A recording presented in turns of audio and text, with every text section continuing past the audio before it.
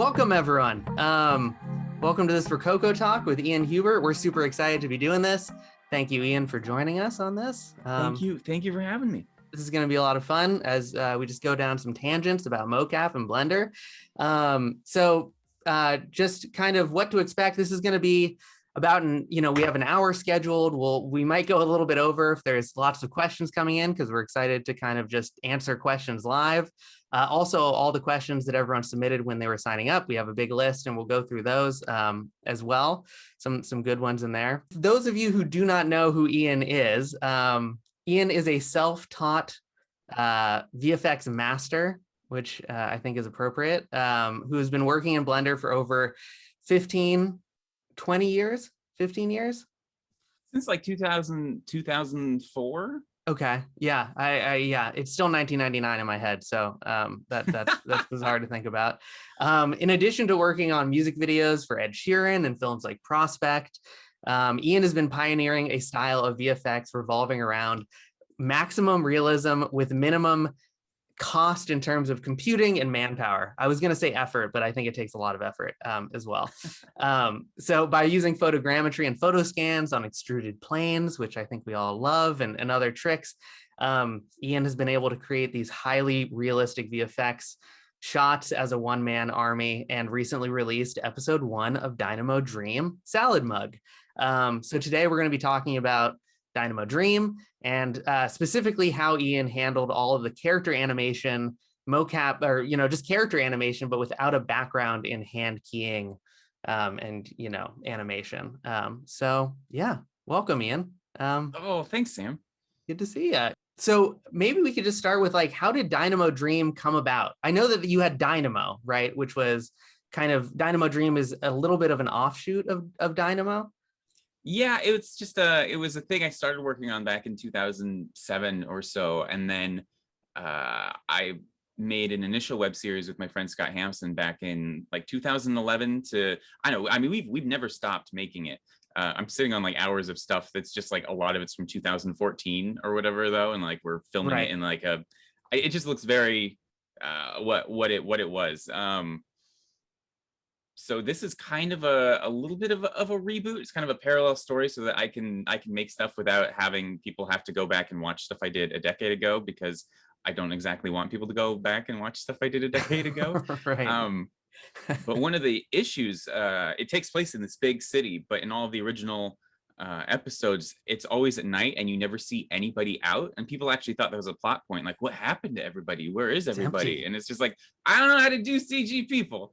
And so for this new episode, I kind of decided I have to figure out how to do people and actually make this city look lived in. So that was a very major project for this episode. How long has Dynamo Dream been going? It's 3 years is what I've seen in the past that you've said. So I've been working backwards. I keep like, there's supposed to be this big starting moment, but I thought maybe I could amp up that moment if I gave it a little more context by adding a little bit of an episode before that. And I thought, I could amp both of those up if I made an episode before that. And I kept doing that. So now there's like an hour of stuff that I want to get through before we get to the actual starting point. But I finally decided, like, that's ridiculous. I could just keep doing that forever. So I said, no, this will be the actual starting point. And so I filmed like 45 minutes of subsequent stuff, which now I think I might record again because I've lost my marbles. Cameras have changed and things. Yeah, right. Yeah, but this was about 3 years just to make this one first episode. Character animation is its own thing, right? And it was not something that you had a background in, really. Oh, it's so hard. Character animation to me is like one of like it's such an art because it's 100% physics. You have to understand like center of gravity and inertia and all of that, but it's also 100% acting. And anybody who can do that, who can take a 3D model and bring actual life into it. Like I can kind of do physics. Like if somebody's trying to balance, I can add noise modifiers and be like, okay, well, they'd have to put their center of gravity here and all of that. Doing that while trying to emote anything is beyond anything I can even comprehend. I've always been scared of actual character animation. Yeah, and it's a thing that we recognize like inherently as humans you know, Oh as yeah. like things being awkward because we know how humans move around and everything. Yeah, there's Um, the infamous uncanny valley, which yeah, as soon as you start doing CG characters, I still am very scared of doing any type of CG character that's anything other than a distant background person, just because yeah. it's And tough. I remember that lazy tutorial where you have just like the three bones in the photo scan and you just animate the Yeah. neck back and forth. It's like the fact that you could animate characters, I guess. How did that play out once you got the suit? I think I wasn't the only thing that really made the digital characters viable to me was the photo scanning, like figuring Right. out a photo scanning workflow so I could digitize actual people. Because again, trying to just like go in there and model and texture a person from scratch is still so far beyond anything I can even think about. And I don't think I was confident enough in my ability to do that to really think that that would work out. And so I think I was mostly thinking just like robots and stuff. Right. I had all these like ideas I want to do with like, you know, mechs and pilots and all that. And I was going, man, we can just like put it on and act out what we want. And then that would have been weeks of animation there. It's just done. So that was a huge game changer. But I don't think I was thinking of it in terms of like background people at the time. There's in a Dynamo Dream, I see like a lot of stuff. I mean, the scenes are so full of stuff, and there's I did you ended up using them a lot in the background though too, right? Oh yeah. I Yeah. ended up absolutely. In fact, it's I kind of just got a few different it's a lot of the same mocap data. Actually, I found a few pieces that I liked. In fact, usually if two people are talking to each other, they're using the same mocap data just because of if two people are talking, a lot of times they'll kind of adopt the mannerisms of the other one, you know? And so if I just have Oh, two that's people are kind of interesting. talking like this, but I just offset one of it, then it's one person's like, hey, and then again, the other person's like, hey, and it Yeah. just kind of works out. Yeah. You can That's kind of see great. that if you So look there's like close, a but pool of like 5 assets that are used like throughout Dynamo Dream. yeah, I've got like 13 photo scans that I did the full body rig of, Right. although I'd kind of make variations on that. And then I'd come up with specific, you know, mocap too. But in general, most of the background people are just kind of using this filler conversation mocap. Like when the ship is coming in to land, it's kind of that telephoto shot, and you're seeing the thing pick up that car, and like people are getting in there. Those were all individually captured, like right at the end. Actually, that was a shot I just decided right before release I should make this because it was just this very distant shot before, and you kind of saw this little like flying car take off, and it didn't read as important at all. But because it's kind of a plot point, I wanted to amp it up as like, look, this is actually supposed to be kind of important. So at the last second, I just put on the suit and kind of like acted out the stuff and had just kind of it all just fell together. Yeah. That's when you went down the rabbit hole of what this should Yeah. generally, yeah, look like. Nice. Well, you know, I think should we hop into Blender and take a peek at some stuff? Yeah, here, let me hit the So if button. if it's there's any lag at all, everyone, we're sorry about that. That's some Zoom lag in action. But we will have we're gonna kind of post you know, you'll get a link to it to a YouTube video where this will just be available for everyone afterwards. So that should look a little bit better. And like this, the Blender right now is looking pretty laggy to me, or pretty low resolution, but hopefully that'll just pop. I think from our tests, it seems like it'll kick in hopefully Yeah, in a as it minute. gets used to it. I won't Yeah. move around too much. Um, So these are some of the very first scans that I did, and this is you, and this yep. is me. These are those ones we did that one morning. And you Yep. can see there, your face turned out uncannily clean. Like that just looks just like you. Look at that guy. Um, your Yeah. arms are doing a lot. I think So I yeah, actually I mean, so and what are all these things? Maybe you could just like run through what we're looking at too. I mean, they're photo scans, I guess, obviously, right? But yeah. like, what was the process of making all of these guys? So it changed quite a bit. I think when we did these ones, I just had you like stick your arms out, or Right. did I have you rest your hands on something? I think I was sticking my arms out on C stands that you had set up. Okay, yeah. I figured that out pretty quick because however much you move during the scan, that part basically disappears during the reconstruction. And so fingers, Right. I never really was able to keep. A lot of these hands actually are a separate hand scan that I did that I'm just pasting onto, Okay, 'cause, yeah, this is interesting. usually, ooh, and even this is better than usual. But it's still, hands are still the biggest thing that I'm doing. I'm actually working on a separate hand scan and rig right now that I can apply onto all of these mocap rigs, just because now the Rokoko suit has hand tracking, Yep. and so I really Hmm. want to be able to get those good things in there. But that's the most awkward bit of all of these guys, is the hands are all kind of these karate chop palms. Yeah. So Yeah. I'm excited to get that figured out. It's weird how much that affects things too. Like, people can look totally casual beyond that, but then they have this one weird, it makes you overthink everything too. It's like, what, all right, what are my hands just doing by default? I try just standing there Right. with like my hands relaxed. I'm like, is this is relaxed hands or what? Yeah, that's What one of is it? those things you don't want to think too hard about, and then your brain starts to shut down when you're like, how do I hold things? Yeah. Um, so what is the photo scanning software that you use for this stuff? I've been using reality capture. It just, the results seem to be the cleanest and fastest of anything I've tried. Used to be, it cost a bit. It charged you by the amount of data you put in there, but Epic Games, I think, recently picked them up, and now it costs like a tenth of what it did before. And so most of my photo scans are like 60 cents now, which Yeah. I can do 60 cents. So Right. um, Yeah. I mean that makes it like changes it from having to you don't have to think maybe as hard about all the scans that you're doing. You're like, I'll load them in and then, yeah, it's 50 cents or whatever for this one. And it's not like it's $20. I gotta really, I can't do a million of these things. Um yeah. and also so we will also be sending out uh a project file with Ian and myself, our photo scans. To everyone in that email, so you can stay tuned for that. And then also, yeah, I mean, I feel like there's going to be a lot of interesting things on the old Patreon as there we go, Here, we have as you your digital avatar now. there we go. This is too much power for you to have. Oh So yeah. two questions that I had as we're looking at these guys. One is, so you basically the process for oh wow, okay, wonderful, there we go, that's great. Sorry. um, but the process is right. You do your photo scan, right? Of so you take someone out into the fresh air.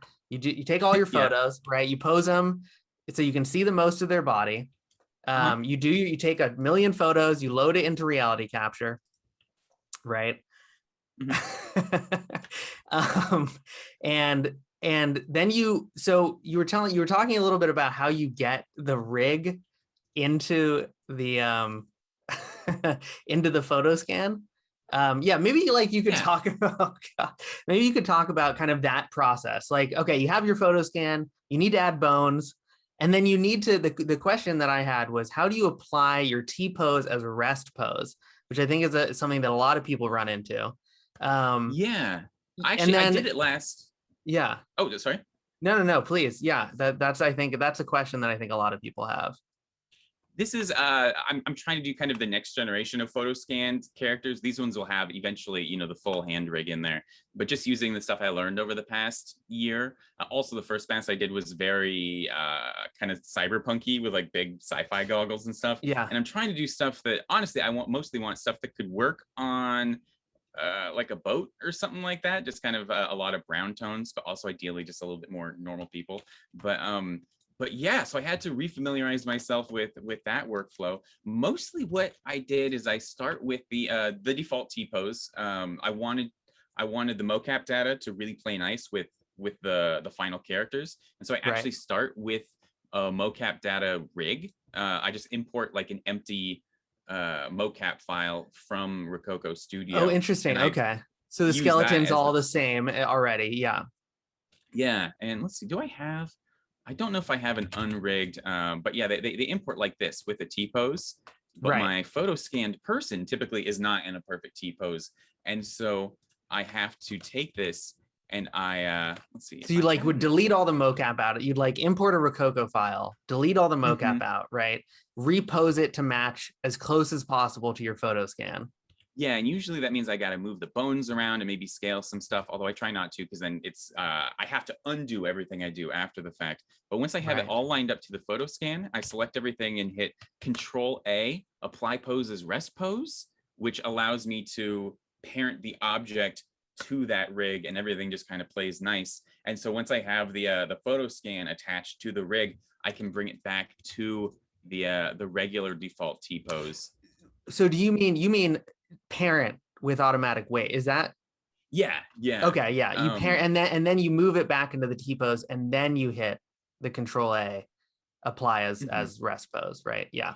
And there's sort of this wacky thing where you have to like apply the first you have to apply the armature constraint and then or like duplicate it. It gets a little bit wacky, but that's the overall gist. And the reason it's important to get it back to the default T pose is the mocap data is it's kind of additive. If you have your it's basically just telling each bone to move, in the right direction, the right amount. And so if you're starting offset, it'll still do all of those movements, but just Right. with that burnt in offset. And so you have to make sure everything is exactly the way the mocap data expects the rig to be set up. Although once you have that going, you can just scale stuff like, I mean, and I I'll love just this. This is amazing. me It's, too. I mean, it's crazy. Things like this normally break. It's so cool that you can do this. I don't know if this is a Blender thing, but it's so smooth. I feel like this would break rigs in other programs, but Well, maybe and the reason it can do it is just because each bone's just parented. None of them really know what the other bones are even doing. I don't even think they're connected. They're just all parented. So if you you just tell one to do something, uh, this is like you I have too much like that. power. You have I far wanna too. Blender has given you too much power in this world. Oh wow! I And wanna so make this movie. yeah, I know that I know that you were just saying this is like a music video ready to go. Yeah. Um, and I was also very pleased to hear that the Rokoko retargeting solution in Blender, which is an amazing Mhm. add-on. I will say if people aren't using it, because it's retargeting, all of this stuff is it's easier now. It's getting easier like every day, but it's complicated a little bit. And so I'm happy that our retargeting solution works well for you. And this is what you use the Rokoko plugin to do all the mocap, right? To apply to your characters. Yeah. Yeah. Like if I go into the dope sheet here into the action editor, right now these guys are doing, or this guy's doing the lemur. But I can change it over to the selling dance, which is what these guys are doing. And you can see because it's all the same bones, he just takes that motion, which is a Oh, really wow. easy way of importing data, mocap data, and applying it to, any character. But if there's like a single difference in the bones, or the bone naming conventions or anything, it will look at the data and it'll be like, I don't know how to apply this. Right. I give up. And getting all of that to just work that took months of Yeah. me wiggling stuff around to try to figure it out. And so yeah, the retargeting add-on is a lifesaver because it's a lot more forgiving. It looks at each rig independently and goes, okay, we think you're different scales, we can normalize that, let's Right. take this and apply it. And that's been that's been very nice. That's great to hear. Yeah. And so okay, so let me just recap the workflow because this is like I think it's fascinating. It's photo scan, add the rig, right? Mhm. Match it to your photo scan, put it into a T pose, apply it as rest pose, and then it's basically from there. It's just bring in your mocap data exported from Rokoko Studio, and then apply it using the plugin, right? Mhm. Okay, yeah, nice and clean. And That's great. it's very clean. And I've tried to keep anything from there's tiny little things that can happen that'll make things kind of lag. Like one weird thing, if I have all these keyframes open, you can see right here, like I'm only getting 20 frames per second. Whereas I think if I close this, uh, I guess I'm still getting 20 frames per second. That could be a bunch of reasons, but yeah, sometimes having like I don't know, it's a lot of data. And so I'm slowly figuring out ways because what I want to have is like 12 people all moving around in the scene and still be able to play it in real time, just because I think that's super cool. Yeah, And also being able to like jump into the scene with VR and just be in this weird living world would sounds like a nightmare I want to jump into. So You're just pushing the limits of real-time blenderness. it's been fun. Oh man, okay. So we are like eating up time. So maybe we can hop into, because I know the other thing that's super interesting, definitely from my perspective, has been you played around a lot with IK constraints, like plus Yeah. mocap data, right? Especially for Hmm. the hyperbole sequences where you have characters who are riding motorcycle type objects, and but their hands are staying on the correct steering wheel, on like the, I don't know, it's not a steering wheel with a motorcycle, but the handlebars or whatever. How did you approach that kind of stuff? So what's so cool about mixing IK and mocap is it just kind of meshes. Like I can just select a bone and tell it that now it's the IK parent, which means wherever I move it, it's just trying to solve the entire leg to end up there. But it does it with decreasing power. And so, right here it's because there's a blend, and so it'll just blend from, I can have somebody dancing, make their foot an IK thing, and just as they're dancing, I can be making their foot do whatever I want. So if I load in some mocap data here, which I tried to find some, but I couldn't find any of the original stuff I worked with. She'll be looking around and trying to catch, the hyperball or whatever, but also like still, if I move these various controls around, I forget which object controls it. Yeah, it'll move her arms. And so it's just this really, really easy way to make everything mesh. Like right here, I set up this IK system for controlling this back fin. And I got to just set up all of these little bits. And actually what I love is that because it's IK is just a solution. It's trying to figure out like, all right, if this happens, how does all of this How does work? the And so you bone can that's change connected to stuff. it, right? You can change all this stuff as it's going, and it's just like, it's very easy to break it, but I think that's ridiculously But cool. it keeps working. I mean, it's amazing. And so when you're doing this with like a mocap person, are you deleting the keyframes on the No. leg? No. So it's all additive.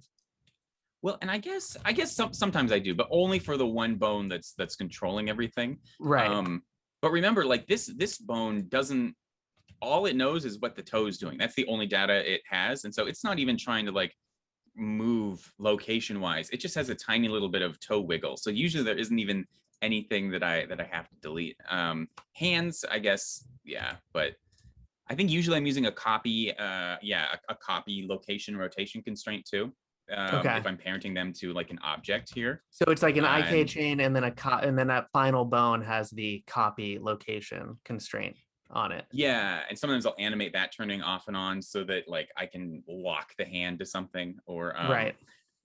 Or sometimes I'll go the other way and I'll have objects that I just parent to a bone.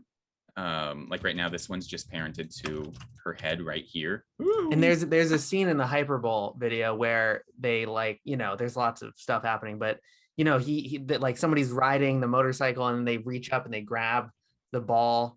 And then so is that just like turning on and off those constraints kind of as the animation plays out? Yeah. Yeah, I gave the hyperbole had a rig, and I animated the influence of the copy location rotation constraint to a bone in the player's hand. And so you can actually see it too. If you like frame by frame it, the ball's kind of going and then it kind of just snaps into their hand a little bit, which enough was going on that I didn't stress about. Yeah, but and it's all motion blurred in the end, and yeah, so it all looks good. There's motion blur saves my life. Motion blur and lens flares. I think that's what we all are. We all live by. Yeah, I mean the hyperbole was so cool, and it was so neat to see. Yeah, I just think the IK is such a use case that everyone, I don't know, myself, I can only speak for myself, but is like a very, because you always want to put people in cars and then you want to make sure to have their hands sticking to the steering wheel and everything. And yeah, it is a million uses for it. Yeah. And speaking of that, maybe the last project that we'll open up is just I wanted to take a peek at how you did the robot arm. Which is cooking some delicious soft body treats in one of the scenes. Sorry, there was one file. I don't know if I can find it. It was Skater Boy. This is the example I should have. Okay. So this actually, I think a lot of this could be noise modifiers, but I did just kind of like pretend I was Right. moving, I was surfing, and then I just parented. I created an IK chain with the feet that's parented to the surfboard. So whatever the board would do, it would just solve the feet for that. And so I was able. It just plays together so nice, so easily. But yeah, let's open up this robot hand. Man, so awesome. Yeah, this is just incredible. And This so was yeah, talk about how you combined these guys, right? I mean, So this it is a looks so awesome. completely different rig. I have the Mocap rig right here, and then I have the arm rig. And what it's doing is, because it's IK, it's just solving from one point to another. That's what that's what the IK solution gives you. I just have this parented to the shoulder, and the hand is parented to the hand on the Mocap data. And so it's ignoring what the fat. actual Oh, arm okay. bones are doing. Oh, that's so Um, interesting. So it's completely separate rig that mhm. isn't animated, and it's just following along the location of where the hands are. And what I like about that is I could apply this to any of my photo scans. I could just Right. basically I retarget it to that new mocap, and as long as I delete the right arm of the mesh data, then now they have a little robot hand going on. But yeah, And you can then just see you this. just keep the animation for the fingers, right? That's all. Yeah. That's being drawn from the mocap. No, Yeah. exactly. In fact, I think this initial rig was based off of some mocap, so the fingers do all work. So I guess that's what I do. Is I also do apply this same mocap data to the arm rig, and I just have two instances of it kind of like overlaid, but it's Right. also referencing the original mocap data. Okay, yeah. Sorry, I forgot how I did that. It was a Yeah. very messy time because I'd never done much with rigging at the time. This was kind of the project. I like to sometimes pick a really complicated thing to try to do for a first project, just because I know it'll teach me a lot. And so it's very messy, but also none of these pistons, like fulcrum wise, make any sense. But it Like in looks terms of kind of actual cool. physics. But yeah, I mean, it just Yeah, looks like amazing. everything's pulling and there's nothing it's pulling like against. But Yeah. it And I mean, I don't know. Do you have any tutorials about this sort of stuff on the Patreon? Oh yeah, Yeah. everything. Basically Yeah. everything I've been showing in all of these assets are over on the Patreon. Yeah. So I Um, mean, there's like I we could talk about this for hours. I don't know if you could. I could I ask you easily could, questions yeah. about it for hours. Yeah. But if you want to learn more like about the how these systems are set up, again, go check out the Patreon, because it's I imagine it's going into more depth about how this is actually all got set up. Yeah, it just looks Yeah. so. It was just yeah, and What's the texturing is photos that you've just like put on, or is that hand Yeah, textured? It's yeah. kind I of the made a little classic Ian photos. texture library here, and Yeah, so all of these are just referencing different bits on and just moving this those sweet texture library. UVs. What was crazy to me, this is the first thing I did with the gloves, and Yeah, just seeing the amount of detail that those little fingers, just that extra little bit, it does so much. yeah. Like It's from a amazing how character much standpoint. like emotion there is in our hand movements, and it's just all those little things that you just are trained to like see in humans as Yeah. you like live on the planet with other humans. And it's just amazing how like somebody's sitting there and just those small little, same way that you add noise modifiers to everything, because like there's just everything is in motion all the time, and it makes such a difference to see that extra little something, even if it's not like part of, they're not like, oh, doing a peace sign, their hands are just at their side, but just seeing that the fingers move subtly is like, yeah, it adds It's so huge. much. Yeah. In fact, this I think was my first project with the gloves. So yeah, I was going straight from like those karate chop hands into like these Right. dexterous robot fingers. Like this is unreal. Here's the T pose. This is how I try to make the arm. Actually, I made this arm freehand, and figuring out how to like just existing free and trying to figure out after the fact how to match it up to the rig was more Right. complicated than I think it needed to be. So I made Positioning the it into the hand. T pose position. Yeah. Especially there's so many joints, like effectively I thought a ball joint was like a cop out, it's just a rule I made. But like if you just have a spear God. on the wrist or like in the arm or something, you can do all Right. of that. But I was like, no, I can't. I have No, to have no. all these hinges and things. I mean, we're talking about cop outs, and then I just have like a massive, pistons, nonsensical pistons connecting the rest of it. But yeah, that taught me a lot too, because I just had to have all of these tiny little Just make rig it as setups. complicated as possible for yourself. Yeah, but I think this is another thing that I again, I personally am always curious about, and I think we have a lot of questions about from users, which is that, can you use the mocap to like puppet a character, or add a third, like an arm coming out of somebody's chest or something, or like a, holding a gun like out of their backpack or something, Oh like yeah. cyberpunky type vibes. And yeah, essentially what the workflow is here is you get that piece, that arm, into a T pose, and then it's just like applying the mocap to it through the retargeting plugin, right? And Mhm. you're and then you would position that arm like, coming out of the body, or whatever it is. Yeah, no, exactly. Yeah, Um, it's totally doable to just use part of the mocap, I guess, is something that I think people are always interested in. when I did the person piloting the mech, that was just, I had the pilot sitting up in there, and I used the exact same data for both of them. The pilot's doing some stuff, which means the big mech is doing that same stuff. I just deleted all of the data for the pilot's legs, so that Right. he'd be sitting there while the mech was still walking around. In fact, and at the beginning, I have the pilot, he's standing and waving, and then he sits down into the mech and starts piloting it. And so I just deleted all of the mech's animation data before the guy sits down and they're synced. And Right. so thinking of it as data actually does help quite a bit. Like I'm just going to use the bits I want. If I want, I'd slow down the mech stuff, so it'd be kind of feeling Oh a little wow. bit Yeah, bigger and right. So it's heavier. like heavier and bigger. Yeah. Mm-hmm. um Man, it's so incredible just to see all this stuff. So I don't know. We've taken about 40 minutes. We could hop in and start answering some questions. This is all so cool. Thanks for showing us, Ian. I mean, Yeah, it's bananas. let's do some questions. I just had Yeah. these scene files ready, and so I was just like, I'll be a screensaver. I'm gonna open some. Yeah, just keep it open. Okay. So I'm going to start with just some of the submitted questions. Cool. And this one I think is just like, I just want to get it out of the way. Um, it was a more serious question, anonymous, but are you from the future? No, but I Okay. hope to go there. Okay, good. Just wanted to get that one out of the way right away. Thank you all for submitting these questions. There were some really amazing ones in there.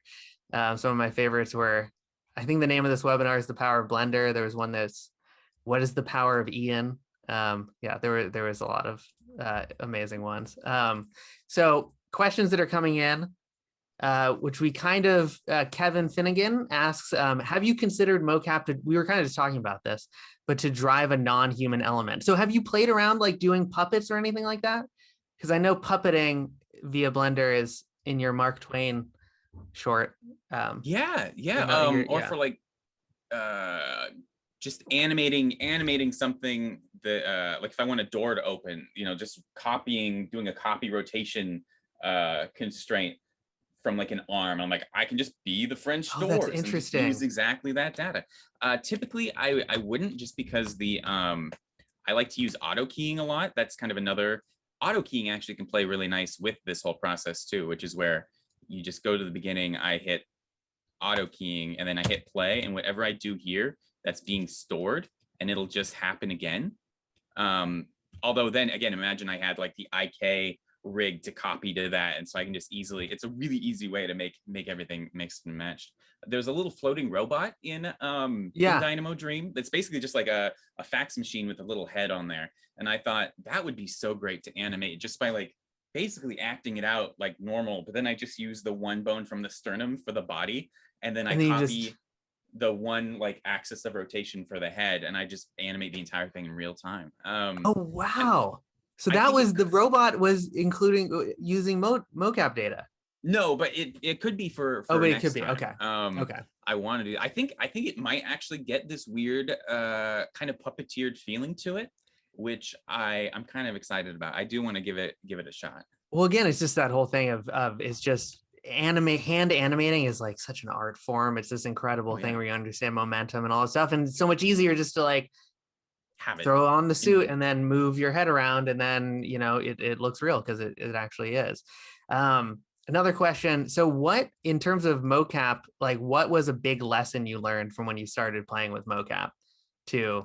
Do you think that, there was like something that you really took from the experience in Dynamo Dream? um for working with mocap, there was, I guess there was a lot of small discoveries, and a lot of them were specific for exactly kind of the workflow that I was doing, which was trying to animate a photo scanned person. um Obviously I didn't have any of the facial tracking stuff that Rokoko can do, and so I wasn't trying to do like character animation. None of these people are really characters, they're more just like Right. placeholder people. But yeah, slowly trying to figure out just what reads effectively. There's a human shape, there's kind of this primal human silhouette, the crosswalk guy, just the arms and legs and limbs and head. And if you think in terms of like trying to breathe life into that shape in the background, it can really help from like an environmental animation type standpoint. And so that's what a lot of this was like. This is trying to this guy's washing himself in the pipe, which I just animated. Trying to get that like listening posture, and that the Yeah. international uh buff talking.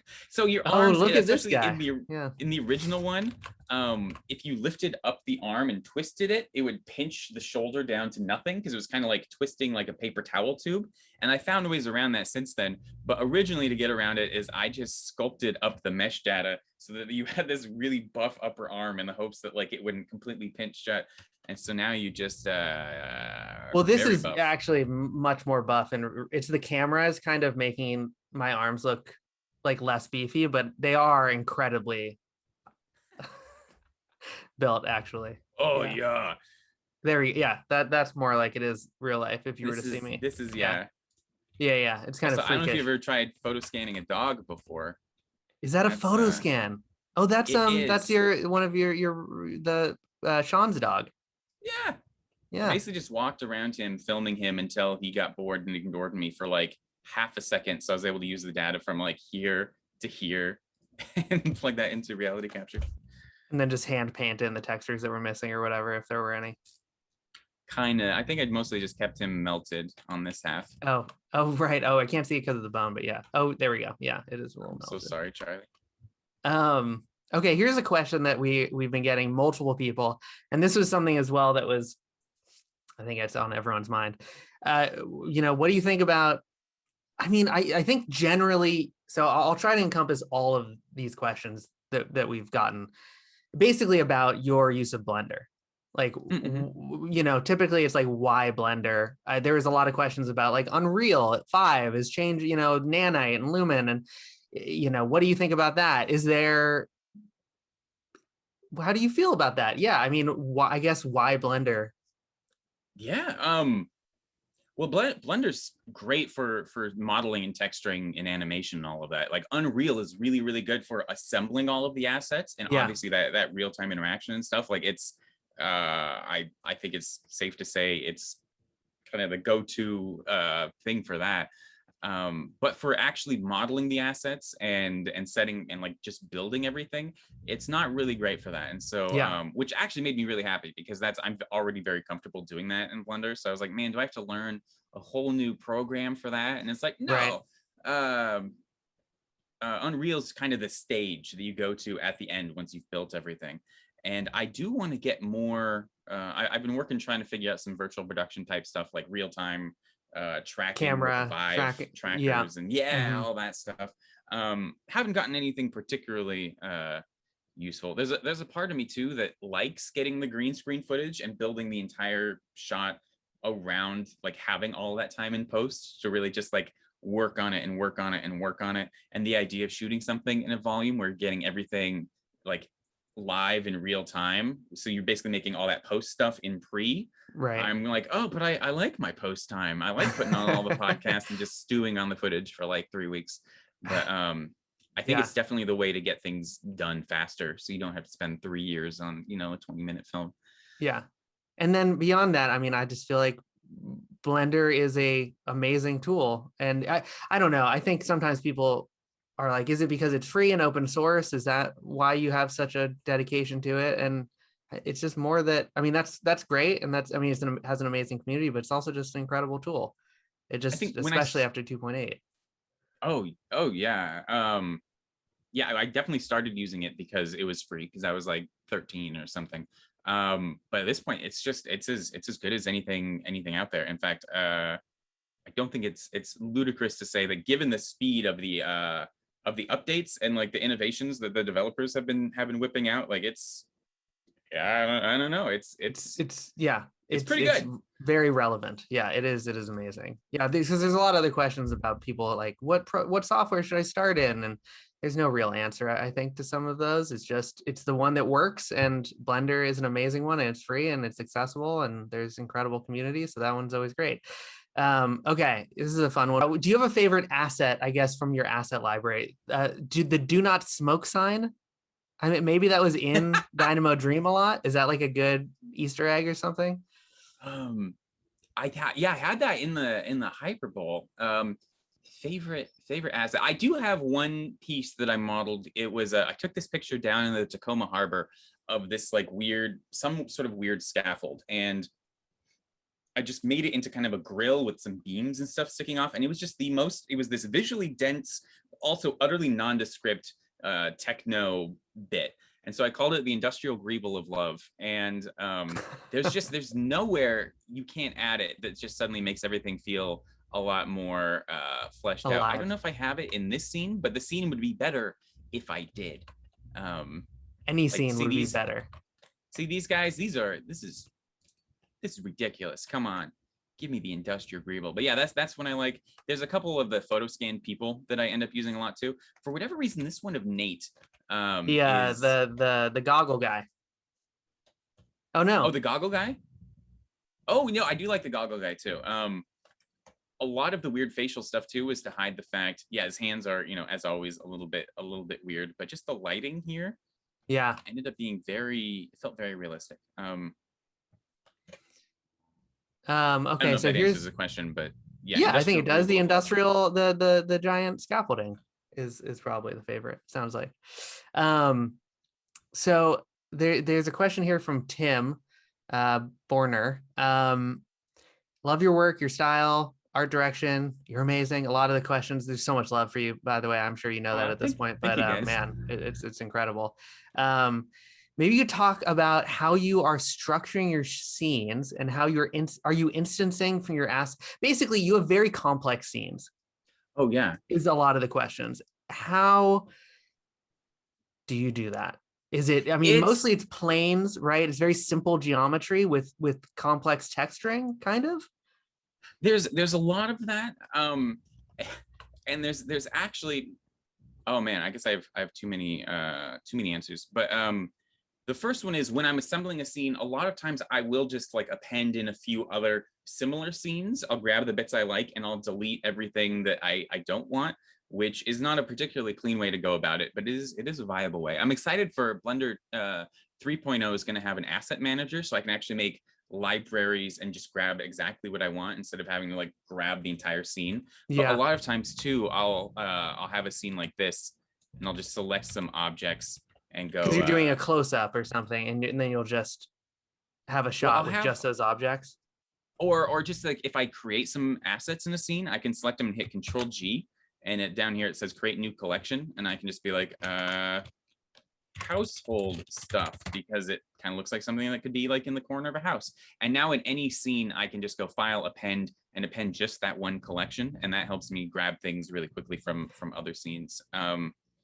And that's kind of how it's interesting how Blender works, right? Is that Blender is usually referencing other things. So like that collection is Mhm. available across any new project, right? Because it's not like tied to this project. Yeah, and sometimes that means if I can instance this data in another project, which means I can't even edit it in that other. It's literally just a direct link back to this project file to this exact Oh mesh wow. object. And so I have to reopen this if I want to tweak it. Though you can also like make it real in the other scene, which it severs the link and it means you can just do whatever you want in that Right. Then project it file. becomes And an so independent asset. Yeah. it's yeah, so I usually do that pretty dirty. I'll just like I try to link stuff because it's more optimized. It keeps project files smaller because you don't have the same chair in every single project. You just have one chair that's being linked everywhere. But I usually end Okay. up making everything real and tweaking it in some way. My friend Good Nathan for. Begdal's living with me. Oh yeah. Nathan was the dancing guy, and he's really good at programming. He's very smart, and so he's been helping me come up with a script that'll actually go through, find everything, merge. That's the other thing too, is like then if I have a like a greeble that I've used in a bunch of projects, and then I bring all those projects together, that one greeble will be instanced, 24 times, even though it's all the exact same data. So he's been helping me make a script that identifies that, merges them all into one thing, and deletes all of like the unused stuff. And so I'm very excited about that. It kind of means I can keep working as dirty as I want while still hopefully being able to optimize after the fact. That is an enabler. He is Yeah. enabling you, and you're bad. Yeah. No, I mean that's amazing. It's incredible because your scenes are often incredibly complex. So that hopefully that sheds some light on it for people. And again, check out the Patreon for more information about all of this. If that wasn't enough for you, Ian, you promised to tell us about the render settings from Curel. Do you talk about your render settings and stuff on the Patreon, or is there a Yeah. go-to? I mean, you're usually in cycles, right? Usually, yeah, Yeah. usually. I'm a little afraid to jump into cycles on some of these Yeah. scenes just because things tend to go wrong while I'm Yeah. streaming. But yeah, usually there's a lot of, I could get really deep into this. Usually I'm rendering in cycles with like 200 samples using the denoising, the new AI denoising stuff, and like optics, and I get really good results from that. Usually, if you have to go above 200, it's because you have something particularly complex, Shadowy. like a really diffused glass shader, or some sort of refractive thing that's giving you fireflies. Having lights that are intersecting geometry that are too close to geometry can give you fireflies really easily. That's a good tip. Yeah, and so I just try to set things. Normally, if you're getting fireflies in your scene, it's just from one thing somewhere. And so I just try to avoid that one thing, and then I never really have to crank up the number of render samples. In fact, a lot of times I'm able to get away with like, literally 60 samples. And the denoising and everything just kind of takes care of that. Sometimes rendering at a very low sample, but at a higher resolution and scaling it down can also be a way of getting rid of some of those artifacts. What would you say your if you had to guess at a standard time per frame for exporting? Lately, it's about 50 seconds. It's really quick. And also, like, usually when you're doing path tracing, it's just trying to go from the camera to the pixel to a light source. And so the easier it is for it to find the light source, the faster it's going to render. So like right here, the fact that this entire sky is a light source, all we have to do is like bounce one time here and it hits the sky and it goes, great, I'm done. I've figured out my lighting for that pixel. Whereas if it's an interior scene, it'll bounce, bounce, bounce, bounce, bounce, and you have to calculate all of those bounces for every single sample or whatever. This isn't a perfect explanation, but it is functional. And so that's a really good way of, I rarely have anything outside of what the camera is seeing, just to try to optimize that. And if I do have a really complex scene, but the camera's only looking at a bit of it, a lot of times I'll take this stuff and I'll put it in some collection. I'll turn off that collection if it's not going to be visible, just to make sure things can render quick. There's less bouncing, and so yeah, everything's just moving a little faster. So this is a cool one from Angus. Were there any effects that at first you didn't have faith in, but eventually turned out great? Yes, a lot of them. I can't think of one right now. But there were a lot of them. Maybe that's just something that it like, do you normally, you're like, I don't know if this is going to work out, but let's follow the rabbit hole. And then it's like looking good now. And it all, somehow it works. Yeah. And that's kind of a thing I've learned is like, there's certain things that I can trip up on and I try to avoid that. But like the big 2-minute shot that was very much, I was sitting in the kitchen with Caitlin, and I was like, hey, oh, I could reuse the green screen, like the same little chunk of green screen, but we just like have this elevator section, and then you get to walk on the same bit, but it'll read as like a different area. And I was kind of planning it kind of in my head, and I was like, oh, I think we can just do this. And she was like, all right, I'll go put on the costume. And I was like, thank you. But I didn't totally know. I'd never done like a motion track that long or anything. I I mean, just that shot is incredible. oh, thank you. It's bananas. It what was wild actually was that I was able to get it tracked and like all laid out in 3D space and keyed and all of that in like the first 45 minutes. I had a version where she's just walking around in this, you know, it's just blocked in with kind of like flat geometry, but I had an initial version of that so quick, and it just made me realize like the stuff that I would have thought would take days can sometimes go really, really quick. And so I do want to kind of make that part of my new workflow, is just longer shots, because setup always takes a given amount of time. And so if you have a 1 minute shot that you only have to track once, as opposed to like three 20-second shots, that's going to take way longer because you have to do all of the setup just over and over again. That's interesting. I wonder what the philosophy there is generally, because I don't know what it is. And like the AAA, you know, is it generally better to have the like shorter trackable shots, or the longer shot that you only have to set up once? And that's just interesting that's where you landed. I don't know where most people land on that. I like it too, because it can be more immersive if you're actually there, you know, in this one that you're not cutting. That means you feel a little bit more immersed in the scene, especially if it is an actual like camera that was there filming. Being able to translate all of that into a full digital environment is I think that can really help with the immersion. Well, in the clever, you had her on the rotating platform. That is just like, that just sells. That's just, I mean, that you're like, is this just a real shot? Is he from the future? So this is a really cool one from Leonardo, who's preparing a university exam on you in Dynamo Dream. Wish me luck. I don't know if that means that they are making a test on Dynamo Dream, or if they're like writing a thesis or paper on it. But anyway, this is something you've talked about too, because I know your production thoughts and how you handle production, given the Dynamo Dream was like shoots from 3 years ago and all that. So speaking from a production budget point of view, I mean, this is a big question, but how did you handle doing this alone, I guess? Or I guess a better question is, how, for episode 2, are you thinking about what are the big mistakes that you made? Gotcha. Yeah. So, and let's see, it's a mess, but I filmed the entire episode basically right there. I have, on the other side of the room, I have my green screen set up, but right there, I just had some modular kind of a cyberpunky type walls that we built out of plywood, back before plywood cost $100 a sheet. And I mixed and matched over there. And so if you actually look at the background of basically any scene, you can see those same kind of assets over and over. We tried to shuffle them around, but that worked really good from like a set construction standpoint.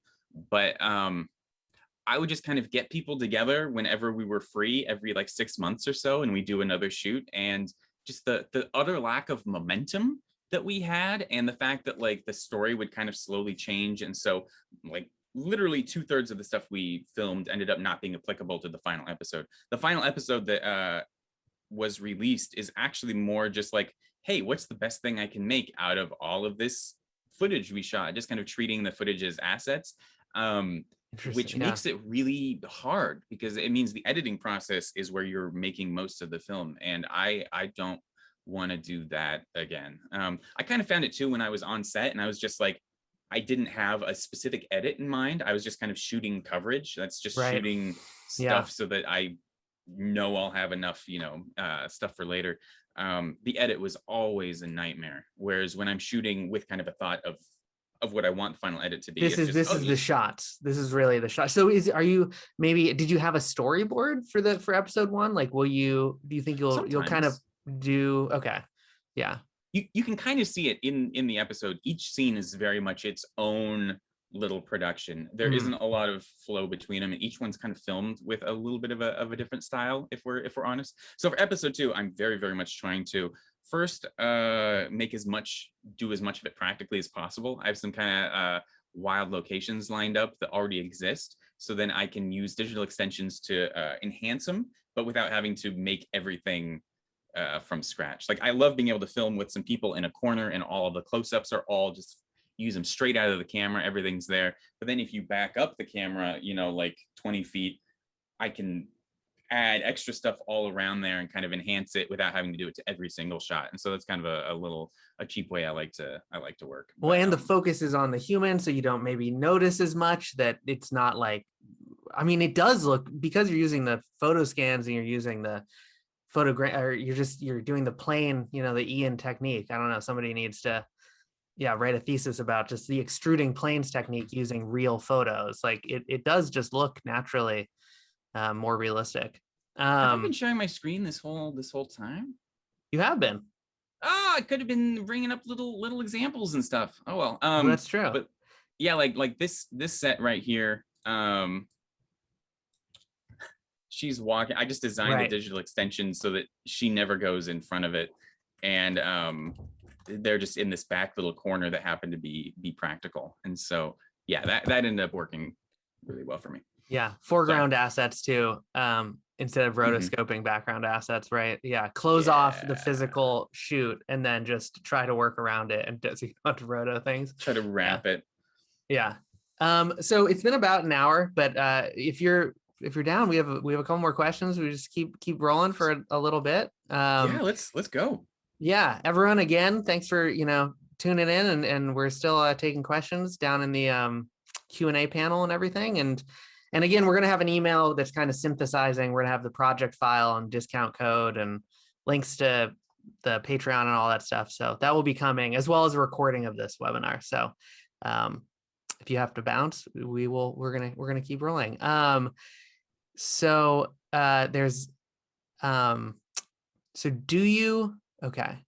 do you kit bash animations for mocap? So do you take arm animations from one mocap and maybe use leg animations from another? I think is kind of the question there. Sometimes. Actually, the only time that really, like, there was the mix and match I did with, the pilot and the mech suit. The older one that comes to mind is I did the Willy Wonka thing with Corridor Digital, and we were trying to make Charlie Bucket, in his fizzy lifting drink death tube. Right. And so I wanted all 4 of his limbs to be spinning. And so, yeah, I stood on one foot and pretended like I was swimming. And then I just hopped onto my other foot and got the data for my left leg. Wow. And so I just grabbed that and I offset it so that it was happening at the same time as all of the other limbs. And so all of my limbs looked like they were swimming. And that's mostly as mix and matches as I've gotten. Just not because I couldn't. That's a really good way to work. I just haven't had need to do it. Really. Well, but that's like a very specific use case where that makes a lot of sense, because I think I've tried to do the flying or floating, and the problem is you always have one foot on the ground, right, that isn't moving. But I like that method of just But you were talking about using, maybe having like a third arm, or like somebody, some alien with like 4 arms, and you could really easily like get the normal data, and then you just like pause and you do the data again, and you apply that second one offset to a second pair of arms that are using the same type of rigging setup. And I feel like that would work. That would go fairly easily. Yeah. It's amazing what you can get from using the same asset, just offset in time by 10 seconds or whatever. Yeah. And it just looks natural, and you don't have to make multiple. Yeah. So another question that a lot of people were asking was, and again, I'm trying to kind of synthesize some of these down into a single question, but basically it was, motivation related, 3 years, tough to keep working on it. How did you create time to work on it, alongside working on prospect, other like contract projects where you're working on, like, and then how did you keep the motivation? I imagine that's a huge struggle. I know it is for most people. Yeah, I guess it's a couple things. The first one is I fortunately or unfortunately, I don't know, but my brain is fine with delayed gratification. Like if I work on something and I get to kind of take that thing and put it behind the dam of the film, I'll get to release at some point. And every time I put something behind that damn, it just makes me that much more excited to open the floodgate at some point and be like, and here's the final thing. Unfortunately, as I found, sometimes if you think of apples that you're putting behind a dam, they will rot over time. And I look at something and that's been sitting there for like 6 years, and I'm like, I no longer want to release this in a floodgate. But in general, that works pretty good. The other thing is just like my life situation changed quite a bit over the course of the past 3 years. I started doing some of the YouTube tutorials and the Patreon, and now the Patreon means I can just work on my passion projects full time, which is, my head is still exploding.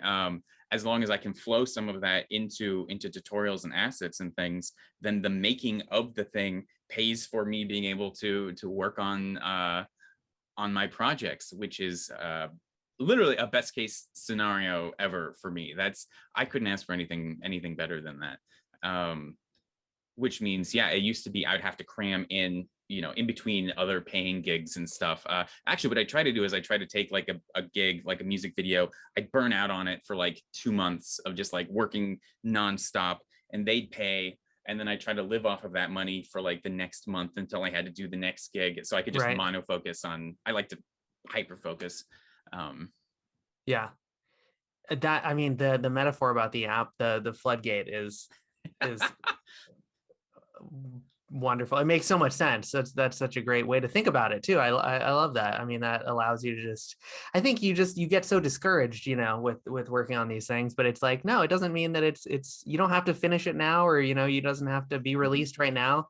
Save it for later and come back to it. And then, yeah, you can use it in something else.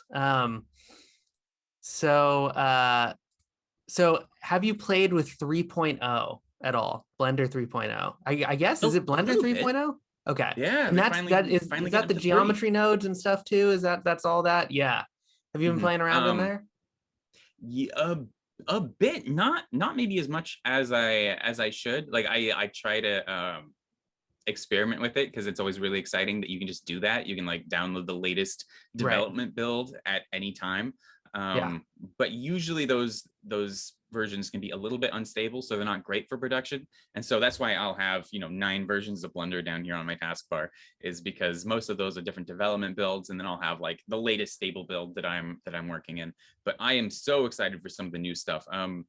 I don't really have my head wrapped around geometry nodes all that much yet, but I do know it's a type of modular workflow that's exactly what I've been wanting for like large world building, where you get to develop tools that kind of handle some of the modeling for you. Like the test people have done with power lines, where they'll automatically connect to other things, in the right proximity. You change a noise filter and it's like you have a new pattern of power lines or whatever. You feed in a city map and suddenly you have a different. It seems really powerful. Yeah, it seems cool. I definitely have not dug into it at all, but it definitely seems cool. I know that much. It's very cool. Yeah, very cool. And the asset browser, very, very excited for that. We had that in Bryce in like 2000, like 21 years ago. You could just have an object and say, add to a library, and it would just render out a preview. And so in any Bryce file you opened, you could click on it, it would pop into the scene, and it was great. And I've been waiting for that same functionality in Blender for 2 decades. That's going to be amazing. I wonder if it's going to work for mocap data too. Interesting. Oh, probably. I would not be surprised, because I think it's just the data. Whatever, it's just chunks. It's just a saved, it's just a exported out, whatever project state or something. That'll all be interesting. It's always scary, I imagine, to migrate. I mean, for episode 2, are you going to like choose a version to work in and then like stick with that? No, it doesn't matter. Update. Yeah. So far, I've never had any problems. Well, I haven't had any deal-breaking problems updating to a new version of Blender that breaks anything. They're pretty good about that. That is like a Blender thing, I think, because I don't know of any other program that handles that with elegance and grace. That's nice. Brave Media, what type of camera do you use for Dynamo Dream, and did that change? And also, I'm curious about the photo scanning. Do you use a certain camera for that? I mean, it's a DSLR. Yeah, I've got a Sony A7 III. And I've got a really wide lens on here right now, specifically for photo scanning. I thought, and I think the general wisdom is that using a long lens, like a telephoto lens, is really good for getting all that detail in photo scan. But for whatever reason, having a really wide field of view, I think maybe there's just more to triangulate so it can get Oh, more accurate interesting. or something. Or maybe it's just that you're getting more coverage. But it's worked really, really well for me. I've gotten a lot better scans with a wide angle lens. And also it's vastly easier trying to do a full human scan. You can just walk around them from like a couple feet away instead of like having to have this 10-12 foot radius around the And do person. do like every height of them. Yeah. Like go around each time, changing the angle or whatever. Do you unwrap them? Do you like do anti-distortion stuff on the wide angle, or it doesn't matter? No, just reality capture can just handle it. Same with Blender. Well, if you're doing compositing with extreme wide angle distortion, there's some nodes and stuff you can use in the composite to kind of like normalize the distortion a little bit. But in general, it isn't a big issue. I rarely shoot footage with a 12 millimeter lens just because that's very wide. Oh, it's a But, 12. Yeah. Wow. It's really wide. That's amazing. Yeah, that is very wide that's incredible. Yeah. And is there any like photo scan wise, like not a windy day, choose do it in a T pose, try and get it done quickly, like sunlight? Is there like a time of day do you try and do it? I'm still kind of trying to figure that out. I usually Yeah. do it after the sun sets. Yeah, sun messes things up because So flat-ish lighting. yeah, if you do it in the sun, obviously they'll have the sunlight burnt into them. They'll have Right. their nose will be casting a shadow on their face from the sun. The camera will get all these lens flares and things. So I always try to find some shadowy place. The other thing that you don't really notice is the amount of directional lighting, even on an overcast day. If you like make a fist and look at it, you can tell where the sun is because it'll be like we also have big stands of trees which block light. So there's always this very, very intense directionality to the lighting in the final scan. And so I always try to make sure that the person I'm scanning is facing the light source, because that also tends to match, areas of focus in like a 3D scene. Typically, the characters will be facing a light source in the scene, so that can actually help with the realism a little bit. Or if it's not, it's in silhouette, and then it doesn't matter, and it's like whatever. You can't see their face anyway. Yeah.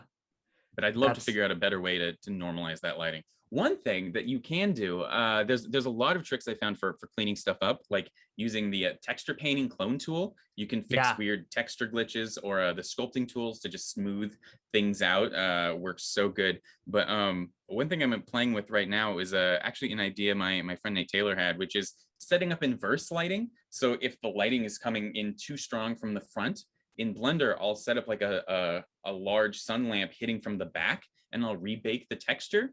And that actually normalizes everything, because you basically set up just like the inverse of the lighting that was existing in real life. I've gotten decent results so far, but I think it could kind of help. Cool. I think we can stop actually the screen share now as we go through the rest. Oh yeah. Sorry, I haven't even done anything.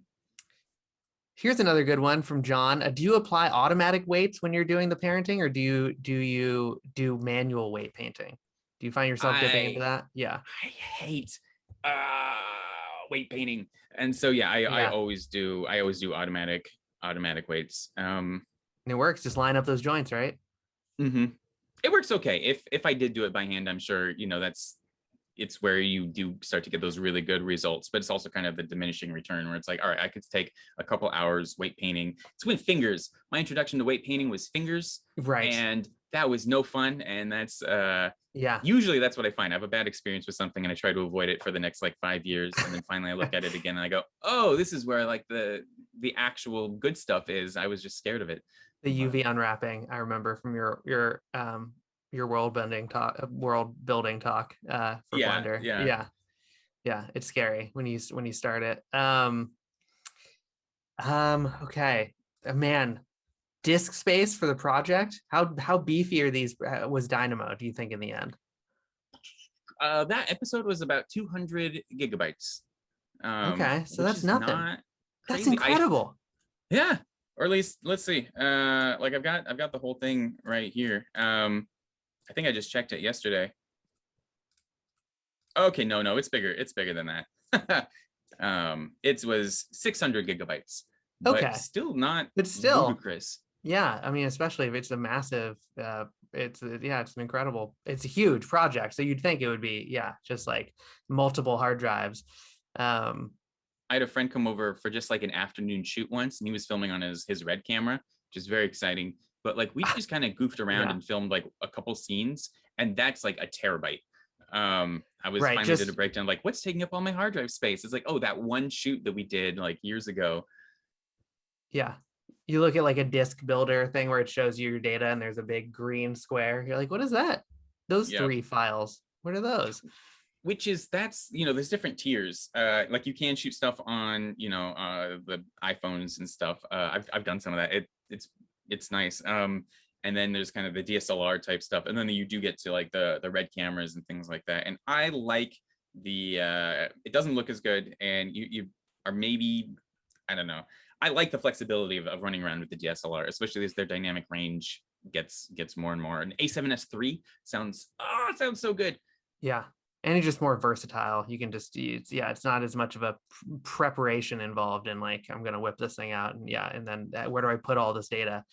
Just shove it in a backpack and copy it onto a laptop. It's right. It's yeah. It also isn't 40 grand or whatever it is. Yeah.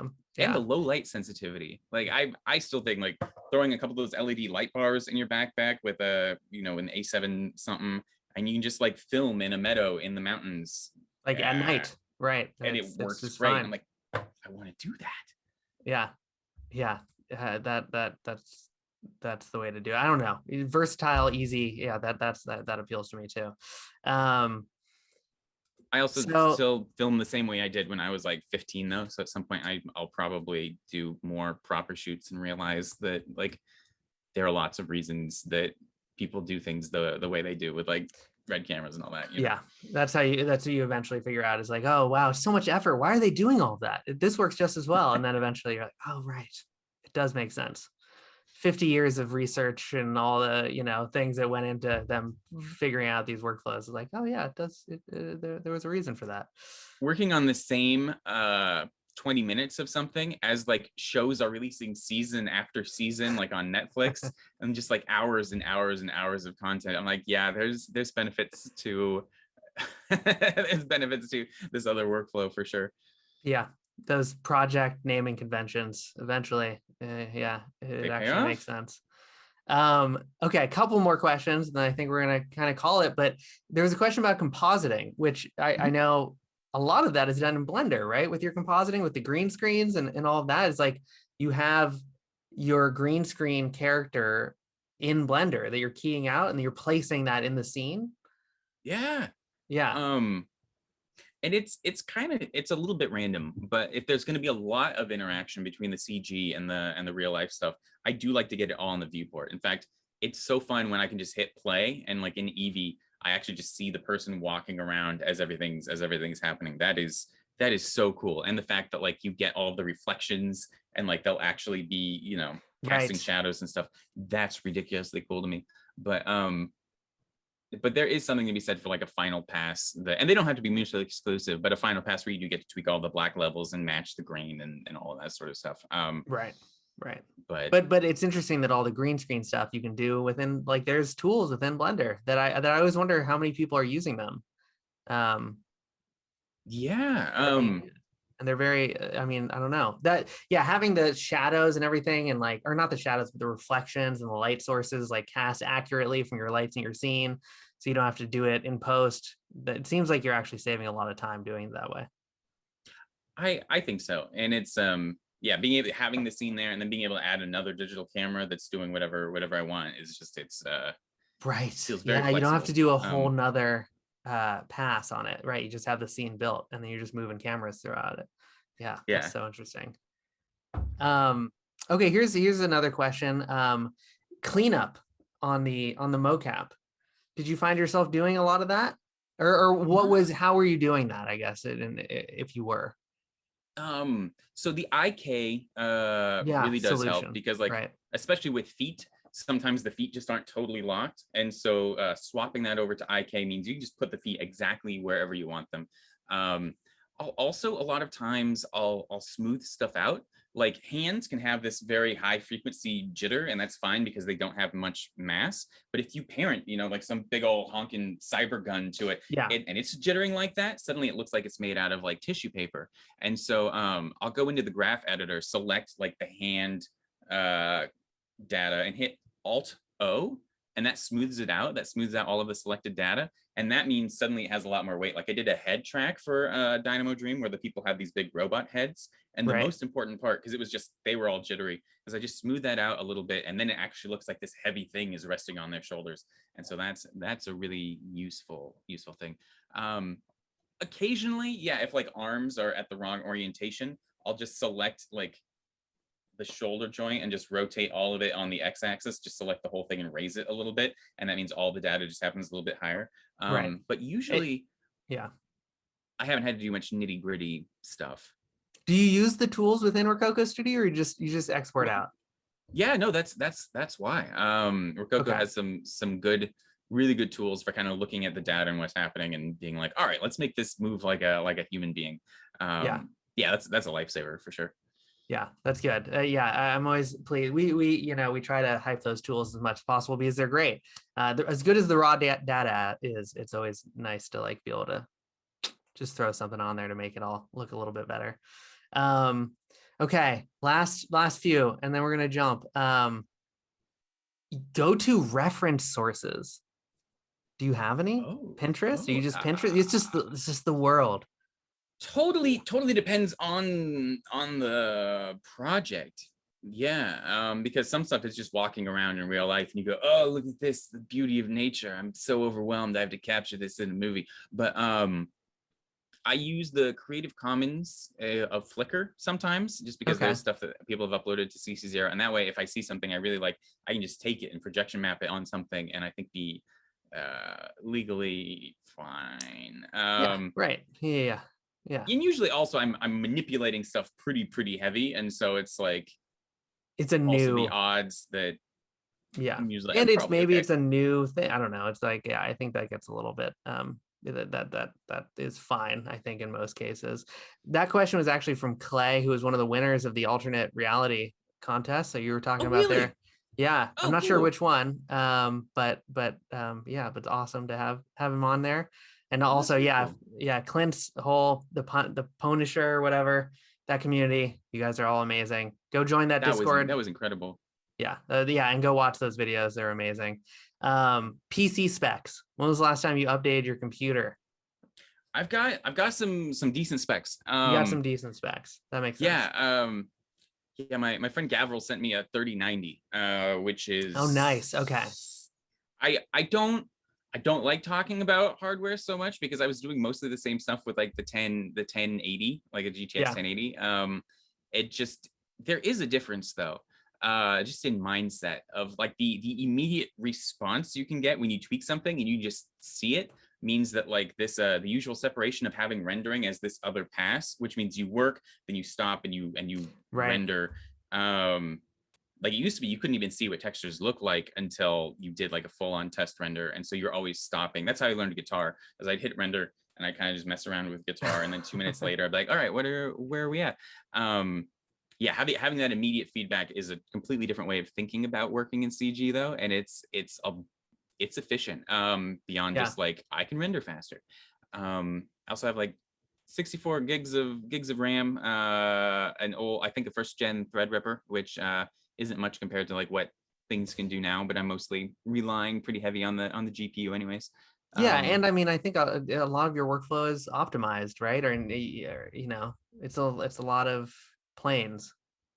Yeah, I try, right? Especially uploading all this stuff to the Patreon. I would feel really bad if I'm uploading all this stuff that can only work on like, a supercomputer or whatever. So most of it's very, very lightweight and can play on a laptop. I uploaded a few VR scenes, blend files that you could like enter in VR and look around. And some of those got a little bogged down because I had deforming mesh characters and just textures and lights everywhere. But in general, I work pretty lightweight. Yeah. And you can get, I mean, I don't know, those, I think we'll all, those, nobody can find the 3080s in that whole line right now, but eventually, right, those will become more available and everyone will be moving faster. I think we might kind of call it there. This was right. incredible, Ian. This was fun. Thanks for doing this. This was so great. Thanks for having me. Yeah, it was so awesome just to hear about all the, you know, how you made this thing. There was the question that I didn't want to ask. That was episode 2 timing. I'm working. My Working hope, on my it. dream is that like I've got a first draft of the script. I feel really good about it. Again, the first one's kind of assembled from whatever The scenes that we cliffhanger of had. Dynamo Dream is, yeah, it leaves you wanting more. That's good. Yeah, that's the only thing in the episode that kind of is that promise of like, and something's gonna happen. Yeah. And so very much trying to keep that energy going for the second one. More characters with agency. And so I've got the script. I'm really trying to dial that in. I have this nasty sushi.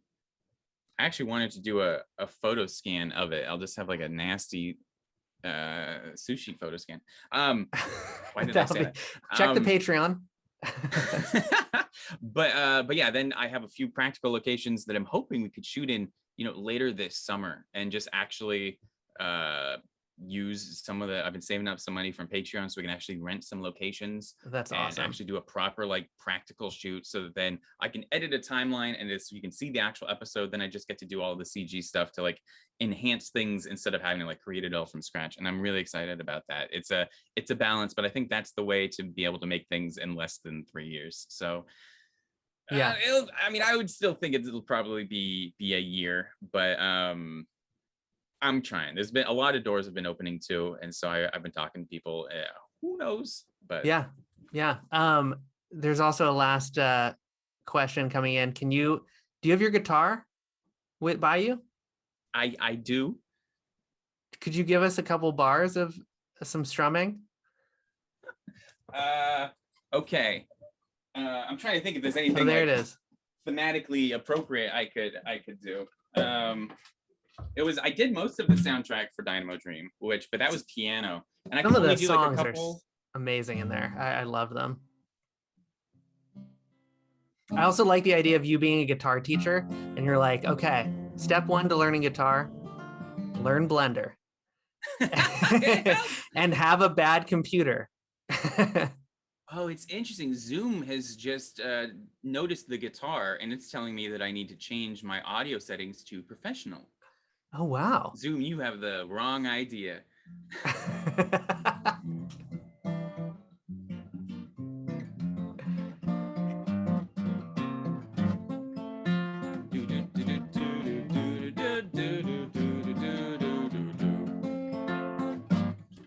You can't see my fingers.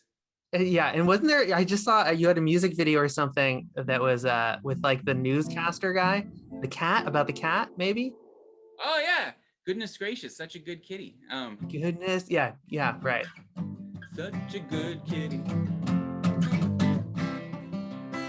Yeah. Yeah. Check the Patreon. Watch the participants number fall the more I do this guitar thing. Yeah. Apparently there was a lot of people asking, which is very understandable. Okay. I think we'll call it there, man. Thank you to everyone who came out for this. It was great. Ian, again, thank you. Thanks for having me. Please, and really, if you haven't checked out Ian's Patreon, everyone should go and see it, because there's you can download assets like right now after you sign up and go.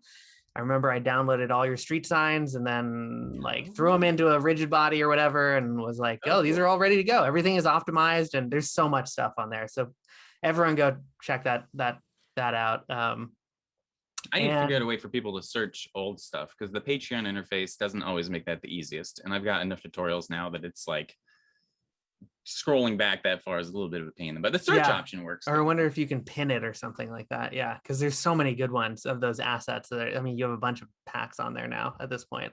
And then everyone stay tuned we're going to send out a follow-up email to the webinar with the recording and this project file with Ian's model and myself, and you can do whatever you want with those things, and we'll be interesting to see what people come up with. They should be ready to go to animate, and yeah, man, thank you. This was great. All right. I think we'll just sign off right there. Thanks everyone for coming. This was fun. Yeah, last thoughts. I don't know. Is there like a blender meditation that we should say to end it on? Just in our minds. Have a guitar or ukulele. That's like the best tip, I think, is have an instrument next to you during your long renders. Improve yourself, everyone. We can all do it. Yeah. We all have an French. extra. Yeah, learn French. Have that French book next to you and have a bad computer, and then you'll be there in no time. Okay, well, thanks, everyone. Stay tuned for more of these in the future. And yeah, thanks, Ian. Thank you, Sam. See you guys. Bye-bye.